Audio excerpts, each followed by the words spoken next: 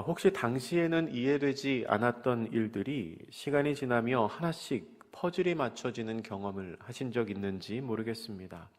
이해가 안 되는 일들이 있는데 시간이 지나니까 하나씩 하나씩 이해가 되는 경우가 있습니다. 오늘 본문에 나오는 베드로는 계속해서 이해할 수 없는 의외의 상황을 맞닥뜨립니다.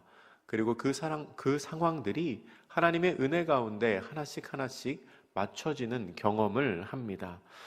어제 새벽 본문에서 베드로는 환상을 보았습니다. 그 환상은 베드로의 평소의 생각 그리고 평소의 삶의 모습과는 전혀 상반되는 그런 내용을 보여주는 환상이었습니다.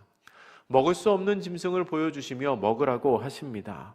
베드로는 그럴 수 없다고, 내가 결코 먹지 않겠다고 부인하지만 환상 중에서 들리는 소리는 하나님께서 깨끗하게 하신 것을 내가 속되다고 말하지 말아라 라고 말씀합니다. 게다가 그런 환상이 한 번도 아니고 3번이나 반복이 됩니다. 베드로는 그 환상이 무엇을 뜻하는지 이해를 할 수 없었습니다. 17절, 오늘 본문 시작하는 17절의 상반절은 이렇게 기록합니다. 베드로가 본 바 환상이 무슨 뜻인지 속으로 의아해하더니. 아멘. 여기서 의아하다라고 번역된 헬라어는 디에포레이라고 하는데요, 심히 난처하다, 매우 당황스럽다라는 뜻을 가지고 있습니다.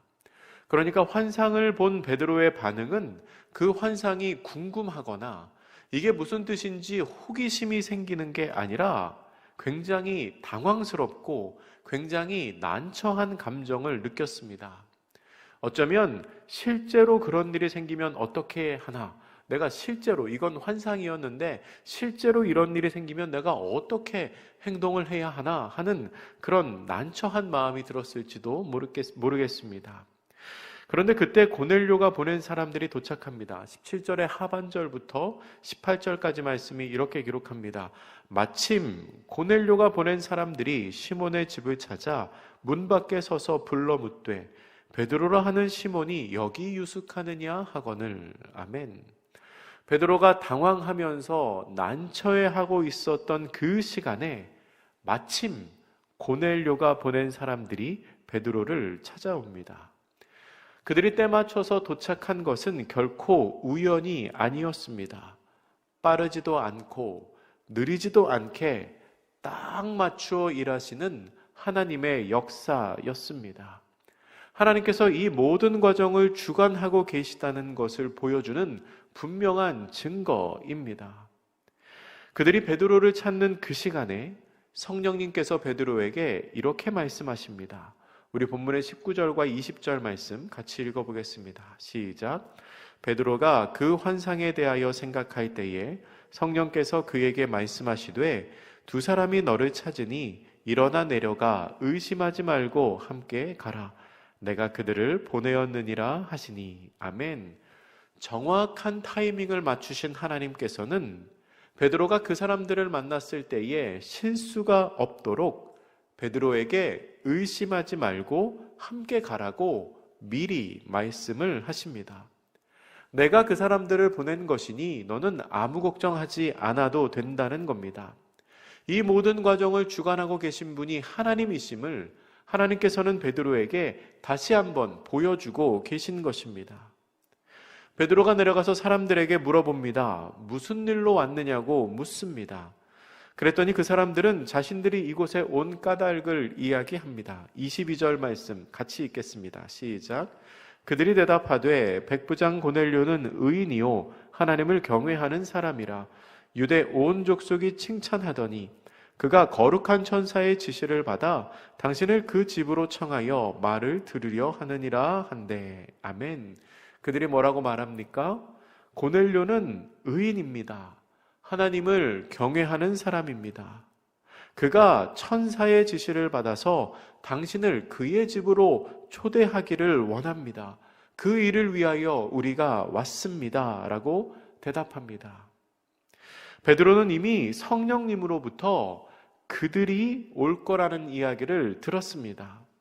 고넬료가 보냈다고 하지만 사실은 성령님이 보낸 사람들이라는 것을 베드로는 이미 알고 있었습니다.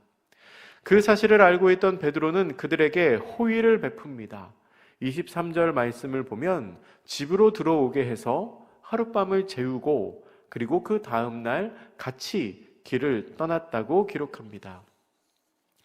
여러분, 우리는 이 23절 말씀을 보면서 베드로의 고정관념이 조금씩 깨어지고 있음을 알 수 있게 됩니다. 그날 밤 베드로가 머물던 그 집, 사실 베드로의 집은 아니죠. 베드로도 유숙하고 있던 집인데요. 그 집에서 하룻밤을 보낸 사람들의 구성은 쉽게 볼 수 있는 조합이 아니었습니다. 그 집주인이 누구입니까? 그 집주인은 가죽을 다루는 사람이었습니다. 유대교의 율법에 비추어 보면은 부정한 사람이지요. 그런데 그렇게 부정한 사람이 살고 있는 그 집에 거룩한 하나님의 사도인 베드로와 그리고 또한 부정하게 여겨지는 이방인들이 함께 모여서 하룻밤을 지낸 것입니다. 이것은 전통적인 유대인의 관점으로 보았을 때는 사실 상상하기가 어려운 일입니다. 함께 있을 수 없는 사람들과 하룻밤을 보낸 것이지요. 베드로는 유대교의 율법에 익숙한 사람이었습니다. 그 유대교의 율법이 틀렸다고 말할 수는 없지만 지금은 그것이 옳지 않게 된 상황입니다.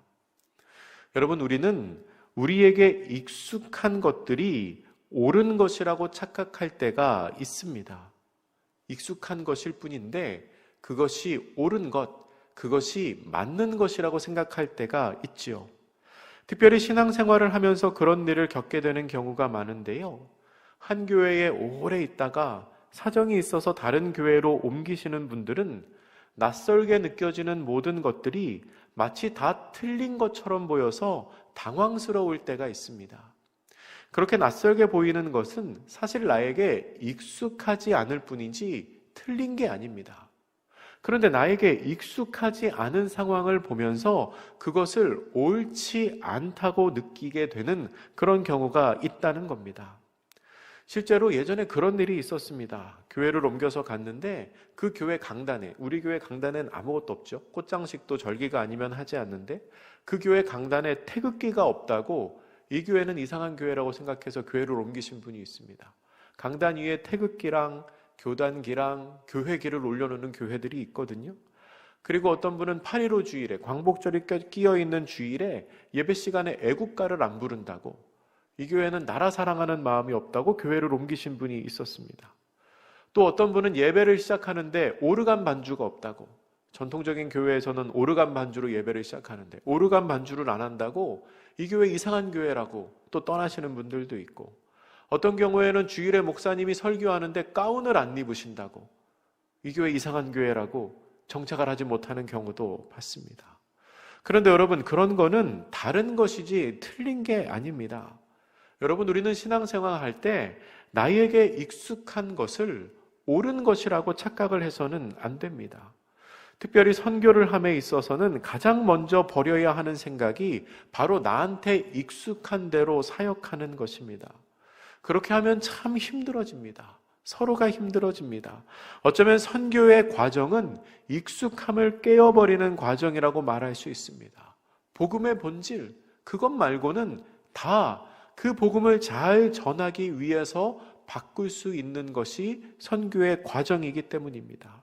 그리고 베드로는 지금 그렇게 자신에게 익숙했던 것들을 하나하나 내려놓는 연습, 그것을 하나하나 내려놓고 하나님의 뜻에 가까워지고 있는 연습을 하고 있는지 모르겠습니다.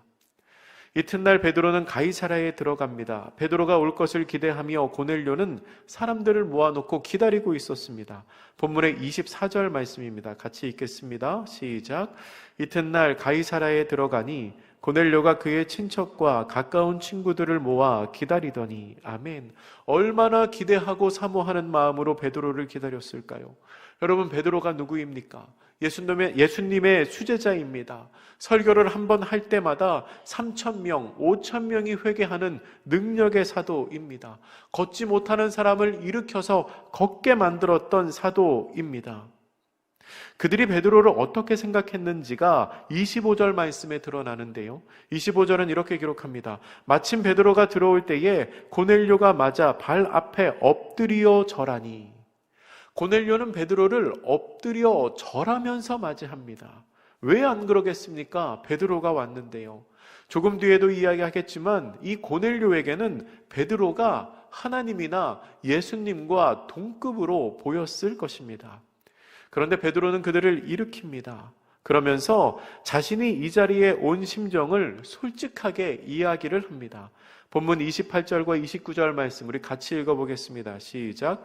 이르되 유대인으로서 이방인과 교제하며 가까이 하는 것이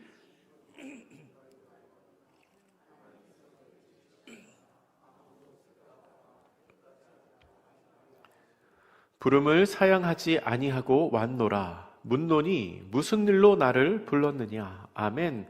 여러분, 이 28절의 말씀이 베드로의 솔직한 심정입니다. 당신들을 가까이 하는 것이 위법이라는 겁니다. 당신들을 가까이 하는 것이 정서적으로는 내가 그렇게 사실 즐거운 일이 아니라는 겁니다. 하지만 하나님이 말씀하셔서 나는 지금 판단하지 않기로 했다. 이것이 베드로의 솔직한 심정입니다. 그리고 하나님이 가라고 하시니 왔다라고 말하죠. 마지막 말씀이 재미있습니다. 29절 말씀에 보면 무슨 일로 나를 불렀느냐 이렇게 물어봅니다. 내가 가라고 해서 오기는 왔는데 도대체 나를 왜 부른 겁니까? 라고 묻습니다. 여러분, 베드로는 성령님이 가라고 해서 오기는 왔는데 왜 와야 했는지를 모릅니다. 그저 가라고 하시니 온 것뿐입니다. 신앙생활을 할 때 어떤 분들은 내가 이해가 되어야 그 일을 할 수 있겠다라고 말하시는 분들도 있습니다. 처음부터 끝까지 모든 사역에 그림을 다 그려놓고 이렇게 하면 되겠다라는 판단이 서야 움직일 수 있는 분들이지요. 그런데 여러분, 이해할 수 없는 상황에서도 그것이 하나님의 뜻임이 분명하다면 그 뜻을 쫓아서 움직이는 것이 순종입니다. 아브라함도 그렇고요, 모세도 그랬습니다. 그리고 오늘 본문의 베드로도 그랬습니다. 그렇게 하나님의 뜻에 순종합니다. 내가 오기는 왔는데 왜 나를 불렀습니까? 내가 하나님의 뜻을 쫓아 당신들을 찾아오기는 했는데 내가 이곳에 와야 하는 이유가 도대체 뭡니까? 베드로가 그렇게 묻죠. 베드로의 질문을 들은 고넬료는 지금까지 자신에게 있었던 일을 설명합니다. 30절부터 33절까지 설명하는데요. 조금 길기는 하지만 우리 이 말씀 같이 한번 읽어보겠습니다. 시작. 고넬료가 이르되 내가 나흘 전 이맘때까지 내 집에서 제 구시기도를 하는데 갑자기 한 사람이 빛난 옷을 입고 내 앞에 서서 말하되 고넬료야, 하나님이 내 기도를 들으시고 내 구제를 기억하셨으니 사람을 욥바로 보내어 베드로라 하는 시몬을 청하라. 그가 바닷가 무두장이 시몬의 집에 유숙하느니라 하시기로 내가 곧 당신에게 사람을 보내었는데 오셨으니 잘하였나이다. 이제 우리는 주께서 당신에게 명하신 모든 것을 듣고자 하여 다 하나님 앞에 있나이다. 아멘. 고넬료는 자신이 겪었던 일을 담담하게 이야기를 합니다. 이 과정을 통해서 내가 당신을 불렀습니다. 이 자리에 오셨으니 참 잘하셨습니다. 너무나 감사합니다. 이제 당신을 통하여 하나님의 뜻을 알기를 원합니다. 라고 고넬료가 말합니다. 그런데 고넬료의 마지막 말이 참 인상적입니다. 뭐라고 말하지요? 이제 우리는 주께서 당신에게 명하신 모든 것을 듣고자 하여 다 하나님 앞에 있나이다 라고 말합니다. 여러분, 고넬료가 지금 누구 앞에 있습니까? 베드로 앞에 있습니다. 그렇죠? 고넬료 지금 베드로와 대화하고 있습니다. 그런데 고넬료가 스스로 뭐라고 지금 말하고 있냐면 우리가 다 하나님 앞에 있습니다 라고 표현합니다. 무슨 뜻이죠? 지금 당신이 하는 말, 지금 베드로가 하는 그 말을 하나님의 음성으로 듣겠다는 겁니다. 베드로를 베드로로 보는 게 아니라 베드로를 하나님으로 보겠다는 겁니다. 당신이 하나님께서 보내신 사자시니 내가 지금 당신이 하는 그 모든 이야기를 하나님께서 나에게 하시는 말씀으로 듣겠습니다 라는 고백입니다. 여러분은 음식을 먹을 때 어떻게 드십니까? 맛있는 거, 맛없는 거 있으면 맛있는 것부터 드십니까? 맛없는 것부터 드십니까? 뭐 취향에 따라 다르겠지요. 근데 항상 맛있는 것만 먹는 사람이 있고요. 항상 맛없는 것만 먹는 사람이 있다는 거 아십니까? 똑같은 음식이 5개가 있는데요. 예를 들어 뭐 과일이 5개가 있는데 어떤 사람은 맛있는 거부터 먹습니다. 그러면 5개 중에 제일 맛있는 거 먹고, 두 번째로 그 다음에 맛있는 거 먹고, 또 남은 것 중에 그 다음에 맛있는 거 먹죠. 근데 맛없는 거부터 먹는 사람은 5개 중에 제일 맛없는 거 먹습니다. 그리고 그 다음에 그 다음으로 맛없는 거 먹죠. 그리고 그 다음에는 3번째로 맛없는 거 먹습니다. 그러면 어떻게 되죠? 똑같은 음식을 먹는데 어떤 사람은 계속 맛있는 거 먹고 어떤 사람은 계속 맛없는 것만 먹는 겁니다. 끝까지. 여러분, 똑같은 음식을 먹어도 내가 어떻게 생각을 하고 먹느냐에 따라서 계속 맛있는 것만 먹을 수도 있고요. 계속 맛없는 것만 먹을 수도 있습니다. 비슷한 관점에서 예배 때마다 하나님의 말씀을 듣는 사람이 있고요. 그렇지 않는 사람도 있습니다. 이게 무슨 말이냐면 전자는 메신저가 누구든지 그 메시지에 담긴 하나님의 마음, 하나님의 음성을 듣는 것입니다. 그러면 언제나 하나님의 말씀을 듣는 거지요. 반면에 메시지가 메신저에 가려버리면 똑같은 예배를 드려도 어떤 날은 주 목사 말만 듣고 돌아가고, 어떤 날은 김 목사 얘기 듣고 돌아가고, 어떤 날은 최 목사 얘기 듣고 돌아가는 겁니다. 똑같은 예배를 드렸는데 어떤 사람은 하나님의 음성을 듣고 돌아갔는데 어떤 사람은 주 목사 오늘 설교 준비를 잘못한 것 같아. 주 목사 말만 듣고 돌아갈 수도 있다는 겁니다. 여러분, 지금 고넬료가 뭐라고 말합니까? 우리가 다 하나님 앞에 있습니다. 베드로가 앞에 있는데 하나님 앞에 있다고 생각합니다. 말하는 사람과 상관없이 나는 지금 당신을 통해서 말씀하시는 하나님의 음성에 집중할 거라는 자기의 선언, 고백인 것입니다. 여러분, 우리에게도 이런 마음이 필요합니다. 메신저가 조금 허술하고 메신저가 조금 마음에 안 들어도 그 안에 담긴 메시지, 그 안에 담긴 하나님의 뜻, 그 안에 담긴 하나님의 마음을 기억하면 우리는 항상 나를 향한 하나님의 마음, 나를 향한 하나님의 음성을 들을 수 있습니다. 말씀을 정리하겠습니다. 사도행전에 나오는 고넬료의 이야기는 아직 끝나지 않았습니다. 이해할 수 없는 퍼즐도 아직 다 맞춰지지 않았습니다. 고넬료의 이야기는 내일 새벽까지 이어지고 그제서야 완성이 됩니다. 오늘 본문에 나타나는 하나님의 일하심을 보며 우리는 몇 가지 사실을 알 수 있습니다. 먼저 하나님께서는 조금도 오차 없이 일하십니다. 하나님의 시간에는 실수가 없습니다. 우리는 신앙생활할 때 익숙한 것이 옳은 것이라는 착각을 버려야 합니다. 익숙한 것을 옳은 것이라고 생각하며 그것만 주장하면 더 큰 하나님 나라의 가치를 잃어버릴 수도 있습니다.